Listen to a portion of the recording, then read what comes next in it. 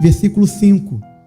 Versículo 5. Jesus respondeu: na verdade te digo que aquele que não nascer da água e do Espírito não pode entrar no reino de Deus. O que é nascido da carne é carne, versículo 6, e o que é nascido do Espírito é Espírito. Não te maravilhes de ter dito, necessário vos é nascer de novo. O vento sopra onde quer e ouves a sua voz, mas não sabes de onde vem, nem para onde vai. Assim é todo aquele que é nascido do Espírito.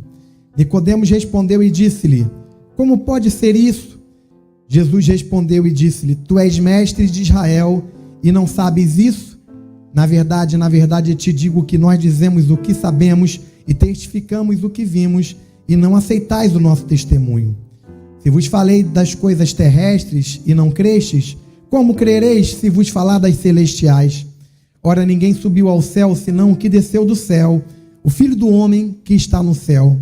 E como Moisés levantou a serpente no deserto, assim importa que o Filho do homem seja levantado, para que todo aquele que nele crê não pereça, mas tenha a vida eterna. Porque Deus amou o mundo de tal maneira que deu o seu Filho unigênito, para que todo aquele que nele crê não pereça, mas tenha a vida eterna. Porque Deus enviou o seu Filho ao mundo, não para que condenasse o mundo, mas para que o mundo fosse salvo por ele. Quem crê nele não é condenado, mas quem não crê já está condenado, porquanto não crê no nome do unigênito Filho de Deus. E a condenação é esta, que a luz veio ao mundo e os homens amaram mais as trevas do que a luz, porque as suas obras eram mais. Porque todo aquele... Deixa eu voltar aqui que saiu. Está ali em cima. Porque todo aquele que faz o mal odeia a luz e não vem para a luz, para que as suas obras não sejam reprovadas. Mas quem pratica a verdade vem para a luz, a fim de que suas obras sejam manifestas, porque são feitas em Deus. Até aí. Feche teus olhos, vamos orar nesse momento. Querido Deus, querido Pai, nós te adoramos porque Tu estás aqui. Tu estás aqui em nosso meio, Tu estás aqui nessa noite, Tu estás aqui neste lugar. Queremos te pedir, ó Pai, que a Tua santa palavra possa ser ministrada. Fale a cada coração, ministre em cada vida nessa noite. Nós te pedimos em nome de Jesus. Abençoa-nos, fala conosco em nome de Jesus. Amém. Amém, queridos? Antes de continuar falando, eu gostaria de conhecer todas as pessoas, todos os convidados, todos aqueles que nos visitam nessa noite. Faz assim com a mão para a gente conhecer você. Graças a Deus, muitas pessoas estão aqui hoje. Você que está próximo, dê as boas-vindas e cumprimente essa pessoa. Amém? Sejam todos bem-vindos em nome de Jesus. Aleluia. Aleluia. Nessa noite é uma noite muito especial, essa noite é uma noite de festa, porque nós estamos aqui celebrando o batismo. Vários amados estão aqui e vão passar pelas águas do batismo nessa noite. Amém? E nós estamos em festa, nós estamos alegres.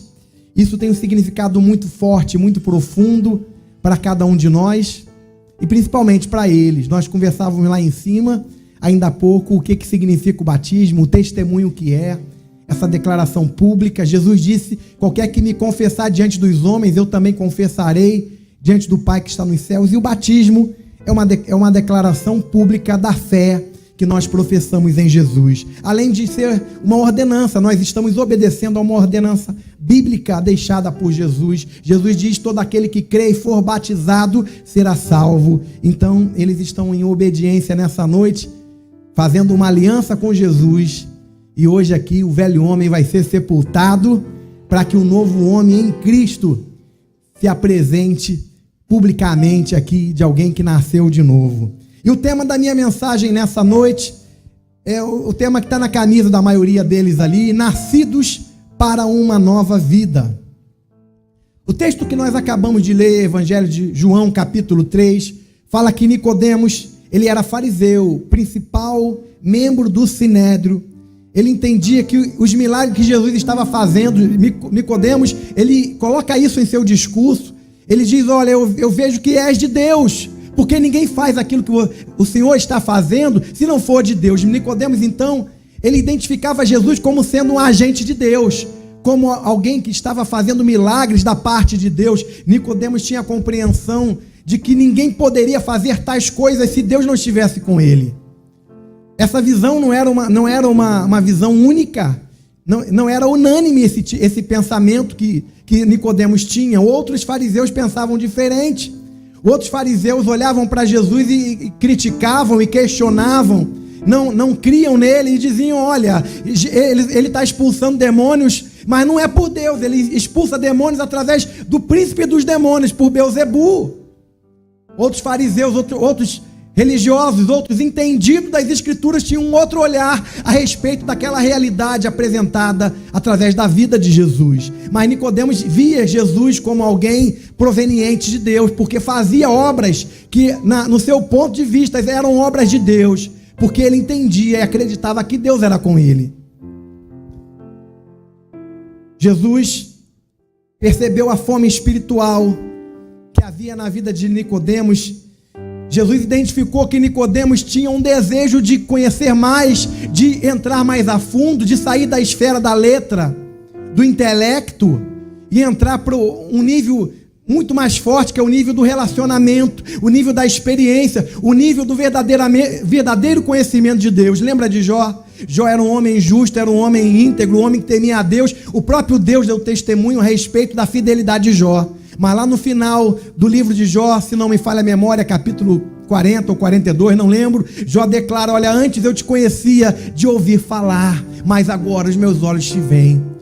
Talvez fosse essa a realidade de Nicodemos, alguém que conhecia as Escrituras, alguém que podia citar com precisão cada versículo bíblico, cada texto bíblico, mas ele não tinha um entendimento, a revelação profunda do que Deus estava falando através da sua palavra. E ele percebe que Jesus era alguém que poderia trazer respostas para ele. E Jesus identifica na vida de Nicodemos alguém faminto, alguém que desejava mais de Deus, alguém que não se respaldava no seu estudo, no seu conhecimento, no seu intelecto ou na sua posição como alguém que pertencia ao sinédrio. Jesus olha para Nicodemos e vê alguém que tem uma fome, tem um desejo muito grande. Talvez essa seja a tua realidade hoje, nessa noite. Talvez você seja alguém que talvez nunca tenha entrado profundo no relacionamento com Cristo. Mas Jesus olha para você hoje e percebe em você fome, um desejo de algo mais, de sair da esfera da religiosidade, de cumprir ritos religiosos ocasionalmente e de ter uma experiência de intimidade e um relacionamento mais profundo com Ele. Talvez seja esse caso. Esse era o caso de Nicodemos. Jesus olha para Nicodemos e diz, no capítulo 3, no versículo 3, Jesus respondeu e disse, projeta para nós, capítulo 3, versículo 3, na verdade te digo que aquele que não nascer de novo, não pode ver o reino de Deus. Aquele que não nascer de novo, não pode ver o reino de Deus. A palavra de novo, no original grego, ela pode ser, além de ser traduzida por de novo, a palavra é anoten. Não é exatamente essa a pronúncia, mas é assim que se escreve. Transliterada, ela se escreve A-N-O-T-H-E-N, anoten. A palavra anoten, de novo, ela também pode ser traduzida como nascer de cima, nascer de um lugar mais alto, nascer das coisas que vêm do céu ou de Deus. Nascer de novo, irmãos, nós podemos entender que não é um nascimento qualquer, é um nascimento de cima, algo proveniente do próprio Deus. Jesus diz para Nicodemos, você precisa nascer do céu. Você já nasceu na terra, você já nasceu do ventre da sua mãe, mas você precisa de um novo nascimento, você precisa de um nascimento espiritual. Nicodemos de imediato não entende isso, tanto é que ele fala, olha, como é que eu, sendo já velho, como é que eu vou fazer para nascer de novo? Eu vou voltar para o ventre da minha mãe?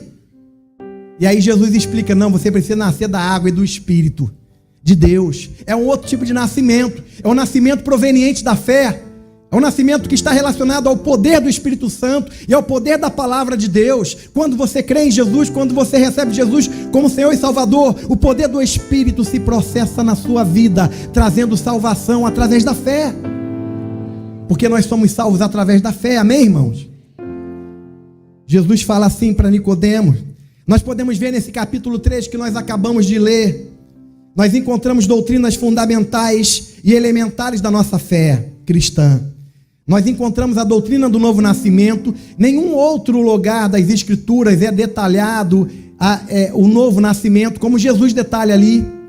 A única vez que é apresentada a doutrina do novo nascimento, nós vemos em outros lugares a doutrina da salvação pela fé, a doutrina do amor de Deus, do perdão, a doutrina do perdão dos pecados, e esses ensinamentos vão se repetindo em diversos trechos da Bíblia. Mas a doutrina do novo nascimento, ela é apresentada no capítulo 3 de João uma única vez, mas ela tem uma importância tremenda em relação à nossa fé.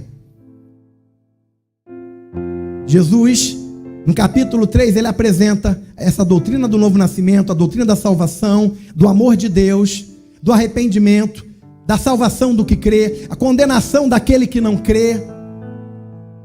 Ele traz uma síntese muito forte para Nicodemos a respeito do que ele precisa fazer para entrar no reino de Deus. E a pergunta que eu quero fazer nessa noite para cada um dos presentes: como nascer de novo? O que você precisa fazer para nascer de novo? Para receber a salvação, para receber o perdão dos pecados? A primeira coisa que nós precisamos fazer para tomar posse da salvação pela fé e nascer de novo é reconhecer, concordar com o que Deus diz a nosso respeito, que todos nós somos pecadores. Eu e você somos pecadores. Romanos 3:23 diz: porque todos pecaram e separados ou destituídos estão da glória de Deus. Não há como você se arrepender dos pecados se primeiramente você não entender e não reconhecer que você é um pecador. Muitas vezes a gente ouve as pessoas falar: olha, mas eu sou uma pessoa tão boa, eu não faço mal para ninguém, eu não roubo, eu não minto, eu acho que eu estou salvo. Não é isso que Deus diz. Deus diz que nós somos pecadores. Deus diz que nós fomos, apesar de termos sido criados para o louvor da sua glória, nós estamos separados dele e condenados à perdição eterna, ao fogo eterno, por causa dos nossos pecados. Ninguém pode se aproximar de Deus e receber o perdão dos pecados sem antes reconhecer que eu e você somos pecadores. O profeta Isaías, falando a respeito da nossa justiça, ele diz que todas as nossas justiças são como trapo de imundície.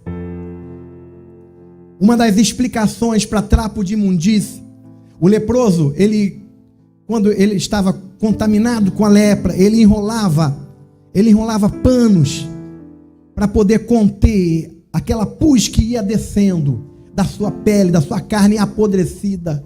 Aquele pano era enrolado. E quando ele tirava aquele pano para substituir por outro, ou para lavar, aqueles panos eram chamados de trapo de imundície. O que eu e você fazemos de bom, o que eu e você conseguimos fazer de bom, quando colocado no padrão da justiça de Deus, não passa de trapo de imundície. Por isso ninguém poderá ser salvo por si mesmo. Por isso ninguém diante de Deus pode ser considerado bom. Em primeiro lugar, para você ser salvo, experimentar a salvação de Deus, você precisa entender e reconhecer definitivamente que você é pecador. Não há novo nascimento sem reconhecimento de pecado. Em segundo lugar, nós precisamos de arrependimento. No livro de Atos está escrito: arrependei-vos e convertei-vos para que sejam apagados os vossos pecados e venham assim os tempos do refrigério pela presença do Senhor. A salvação, ela passa pelo arrependimento. Não existe salvação sem reconhecimento de pecado, não existe salvação sem arrependimento genuíno. Uma das coisas que a gente percebe hoje é que as pessoas estão vindo para a igreja, mas não estão se arrependendo dos seus pecados. As pessoas estão vindo para a igreja porque, irmãos, no aspecto social, a igreja é maravilhosa, irmãos. A igreja tem trabalhos, ministra na vida dos casais, das famílias. A igreja ensina coisas maravilhosas, boas para os nossos filhos, princípios de relacionamento, de temor a Deus, princípios éticos, morais. As pessoas vêm para a igreja porque na igreja elas conseguem receber apoio, pessoas que vão orar por ela.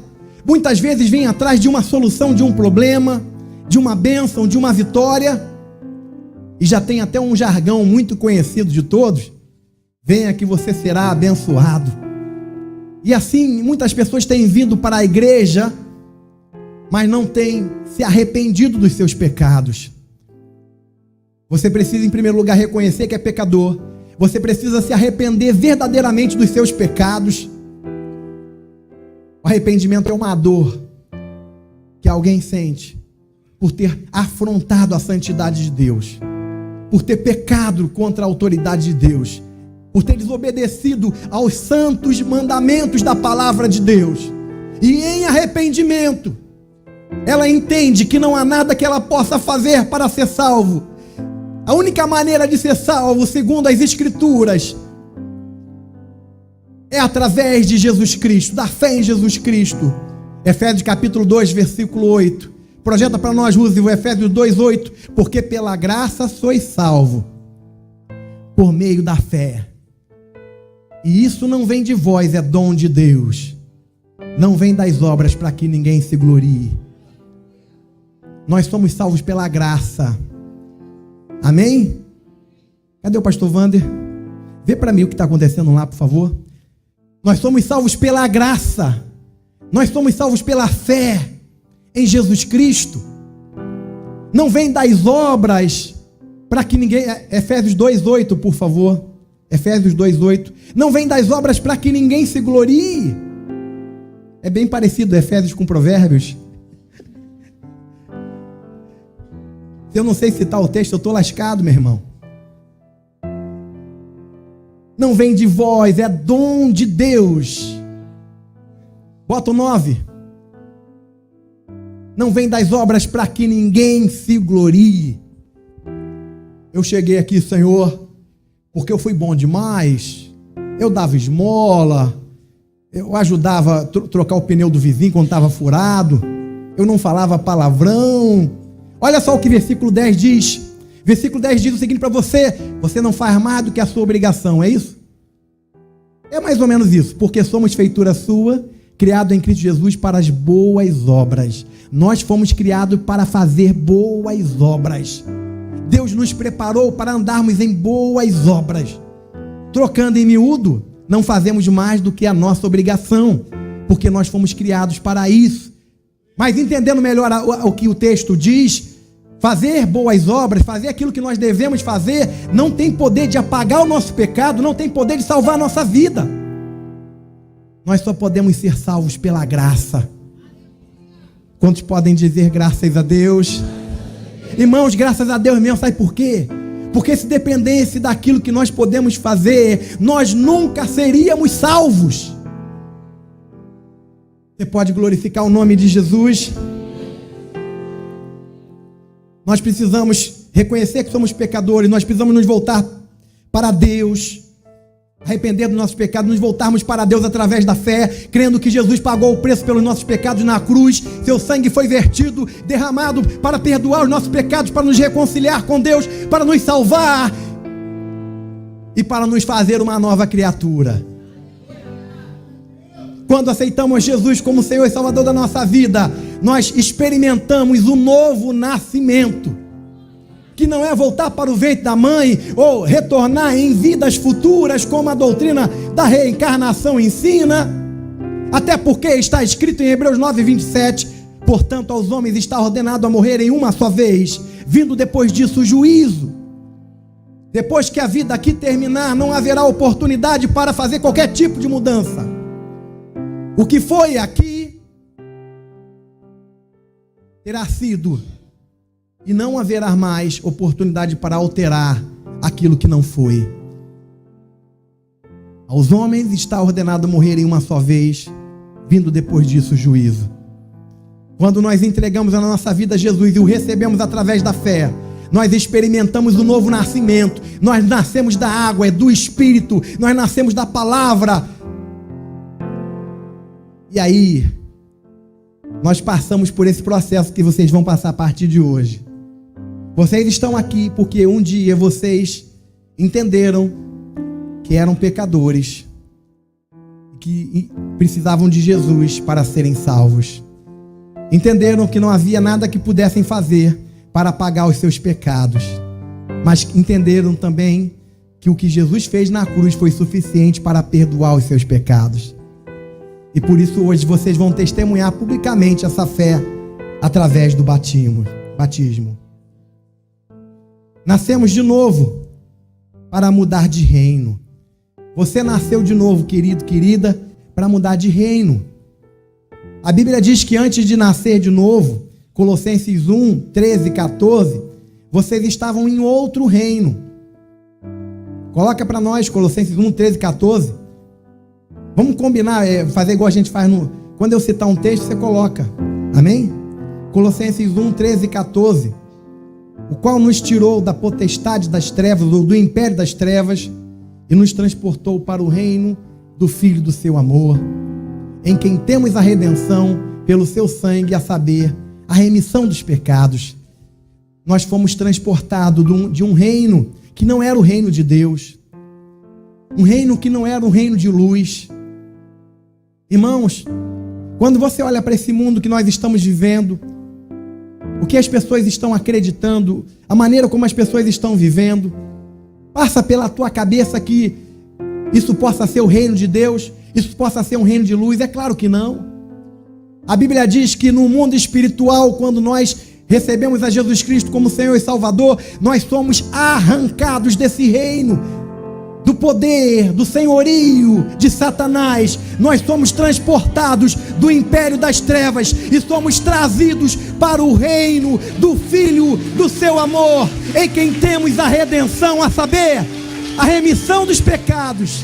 Nós somos perdoados, nós somos lavados pelo sangue de Jesus, nós experimentamos o novo nascimento, nós nos tornamos filhos de Deus. João 1,12. Aleluia! Nós mudamos de reino. Vocês mudaram de reino. E a vida que vocês precisam viver é uma vida compatível com o novo reino que agora vocês estão vivendo. Nós nascemos para uma nova vida, para viver em intimidade com Deus, para ter um relacionamento com Ele, para ter uma vida de esperança, de alegria. Queridos, vocês vão continuar tendo dor de barriga.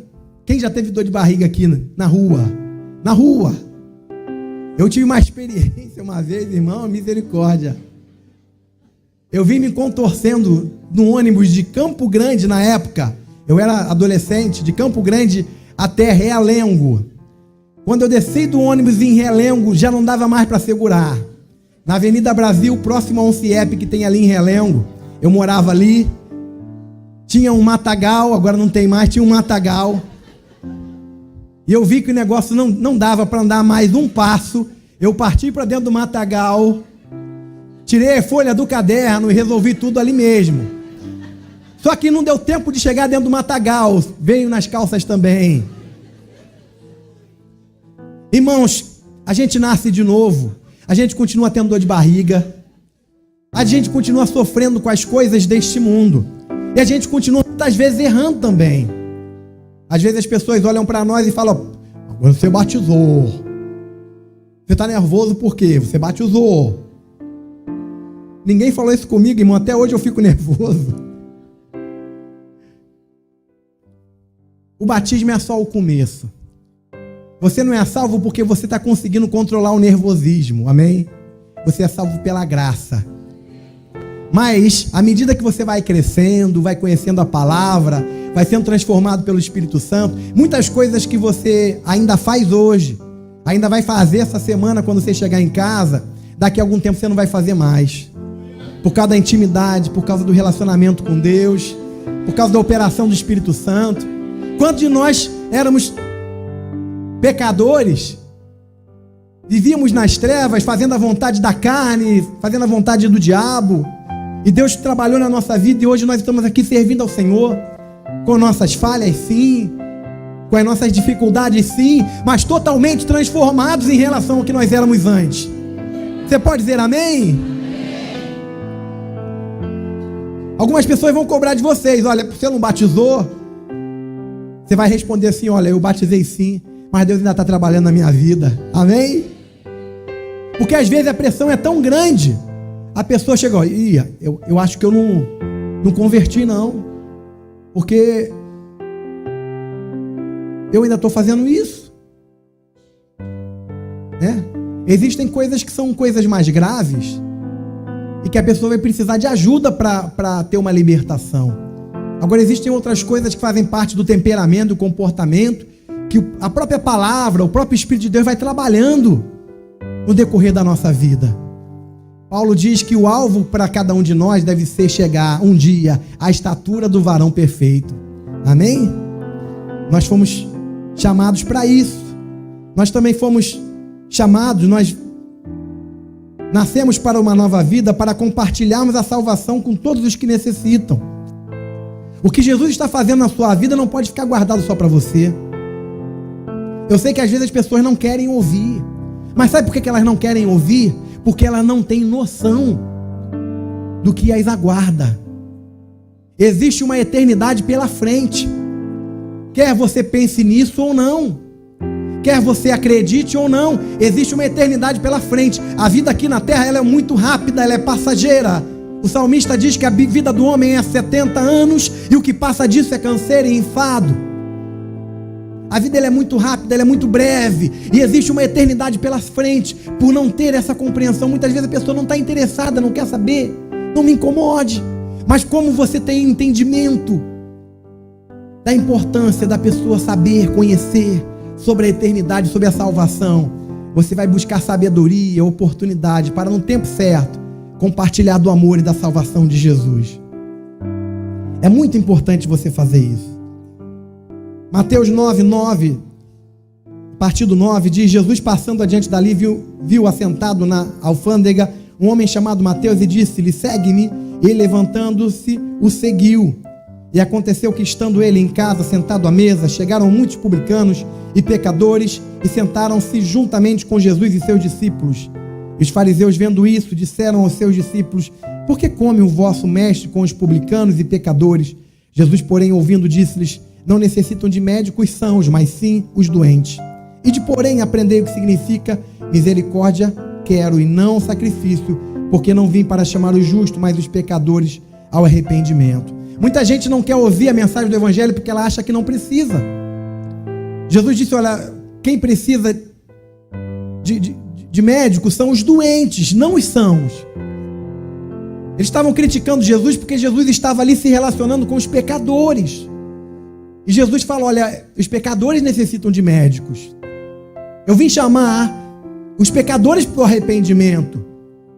Jesus estava querendo dizer para eles que eles não precisassem de salvação, mas por eles acharem que não precisavam de salvação, essa mensagem não era para eles. Muita gente acha que não precisa de salvação, que está tudo tranquilo. Por isso muitas vezes eles não vão querer ouvir a tua pregação, porque eles acham que estão sãos, que não precisam de médico. Nós precisamos encontrar pessoas que estão necessitadas de médico, pessoas que estão necessitadas de salvação, para compartilharmos a mensagem do Evangelho. Nós não podemos nos calar, porque se nós nos calarmos, muitos perecerão.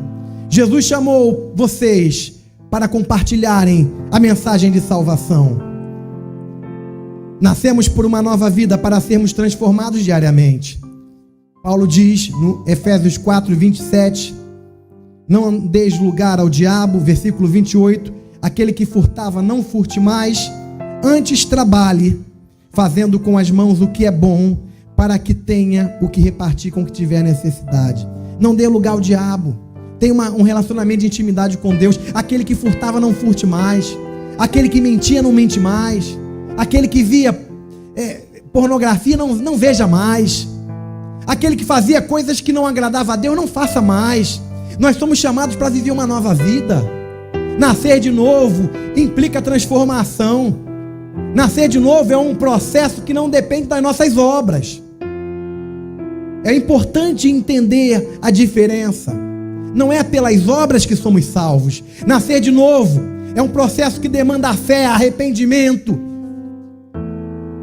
E o operar desse novo nascimento é totalmente por causa da graça de Jesus Cristo. Mas depois que nascemos de novo, nós somos chamados para viver uma nova vida. E aí, no decorrer dessa nova vida que nós estamos vivendo, é necessário experimentarmos a transformação, para que daqui a um ano você não seja mais a mesma pessoa que é hoje. Quantos crentes já estão na igreja há 15 anos, continuam com os mesmos pecados, com as mesmas dificuldades, né? Por exemplo, se entrou na igreja sendo fofoqueiro, língua grande, 15 anos depois continua língua grande, fofoqueiro. Isso é pecado, irmão. Não é possível que não aconteça nada na nossa vida, lendo a palavra, estudando a palavra, congregando, tendo comunhão com os irmãos. Nós precisamos avançar, nós precisamos crescer, amadurecer, nós precisamos melhorar. Amém? Fala para o teu irmão assim, ó, irmão, você precisa melhorar.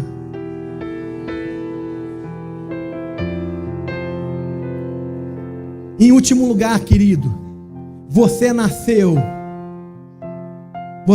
de novo para viver o melhor de Deus para a sua vida.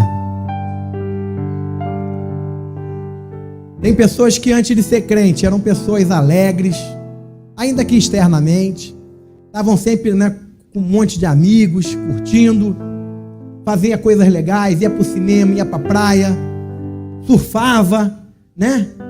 Aí se converteu. Agora eu sou crente. Emburra a cara. Paz, irmão. Muda de canal. Não quero ver o jogo do Flamengo não aí, que o Flamengo é pecado. O cara era um cara maneiro, era gente boa. Todo mundo gostava do cara. O cara se converteu, ficou chato.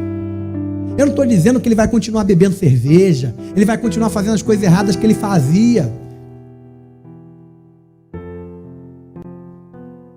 Mas ele precisa ser uma pessoa melhor.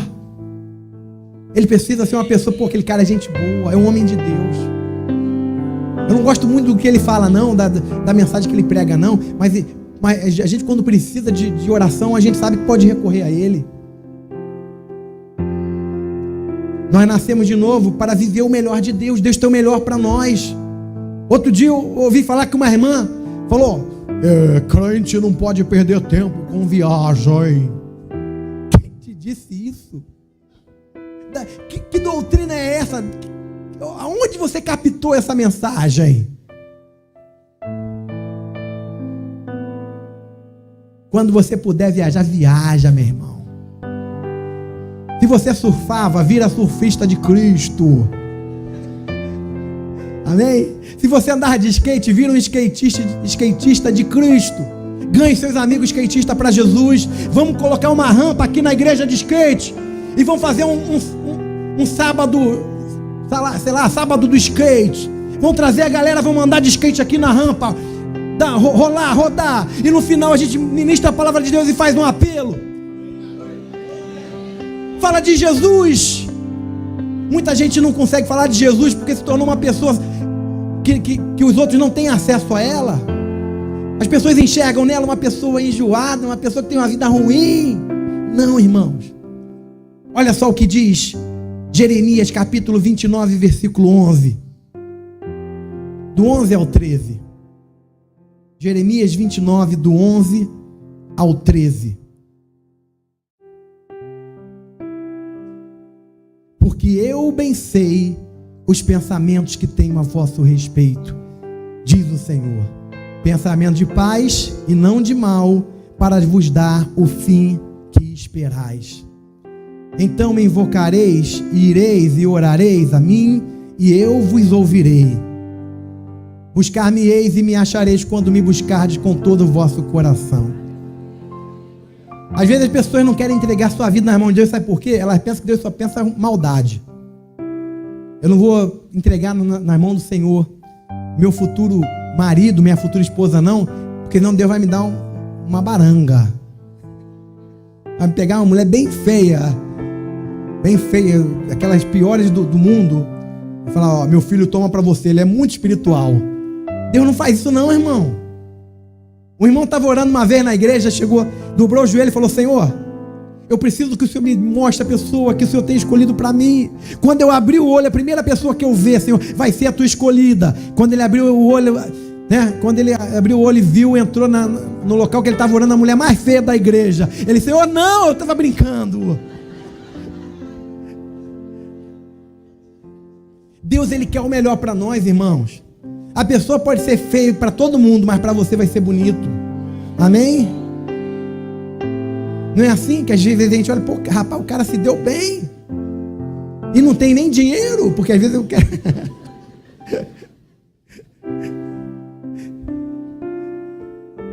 O cara bonitão, às vezes a mulher misericórdia. Como é que é uma... Aí o cara testemunha, não, irmão, é que há 15 anos atrás ela era melhorzinha. Ficou assim depois. Deus, Ele pensa o melhor para nós. Deus tem o melhor para nós, irmãos. João capítulo 14 diz, na casa de meu pai, não se turbe o vosso coração, crede em Deus, crede também em mim. Na casa de meu pai há muitas moradas. Eu vou preparar lugar, e quando eu for e vos preparar lugar, voltarei, para que aonde eu estiver, vocês estejam também. O Senhor preparou um lugar para nós, um lugar fantástico, um lugar maravilhoso para nós. Pensa num lugar maneiro para a gente ficar, irmão. Outro dia eu fui, alguns anos atrás, eu e a Ana Clara, lá num morrozinho, lá em Peró, na beira do mar, e aí eu estava filmando, eu gravei até um vídeo no YouTube. Já tem muitos anos isso. Eu acho que já chegou uns 50 acessos. A Ana Clara, quando ela quer me zoar, ela pega e bota aquele vídeo, porque eu fico narrando no vídeo. Eu acho que hoje vai aumentar os acessos naquele vídeo. Aí eu filmando aqui, Peró, e não sei o que, ali o mar, não sei o que lá, e tal. Que lugar lindo, irmãos. Agora você imagine, aquele lugar lindo, com o mar, com água morninha. Ia virar um Caribe. Não é mesmo? Com água morninha, ia virar um Caribe. Que é um lugar muito lindo. Mas Jesus, Ele está falando para a gente, olha, aí onde vocês estão vivendo é um lugar bom. Mas eu vou preparar um lugar muito melhor para vocês. Na casa do meu pai há muita morada. Em outro lugar, a Bíblia diz, olha, nem olhos viram, nem ouvidos ouviram, nem jamais penetrou no coração do homem o que Deus tem preparado para aqueles que os amam. O Senhor tem preparado um lugar para nós, um lugar infinitamente melhor do que esse que nós vivemos. Mas existe uma porta de entrada, e o nome dessa porta de entrada se chama Jesus. A Bíblia diz que essa porta é estreita. Existe um caminho estreito, um caminho que só se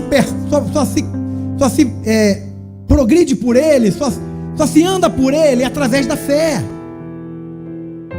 Não existe uma outra maneira de garantirmos a nossa salvação, a não ser através de uma decisão firme, convicta, pessoal, pública, de receber Jesus Cristo como Senhor e Salvador da nossa vida. Foi isso que esses amados fizeram. E por isso hoje eles vão passar pelas águas do batismo. Você pode adorar e aplaudir a Jesus Cristo. Obrigado, Jesus, pela salvação. Obrigado porque um dia o Senhor morreu em nosso lugar, perdoou os nossos pecados, e como se isso não fosse suficiente, além de nos livrar da condenação eterna, do fogo eterno, do inferno, do lago de fogo, o Senhor ainda preparou um lugar infinitamente melhor do que esse que nós vivemos hoje.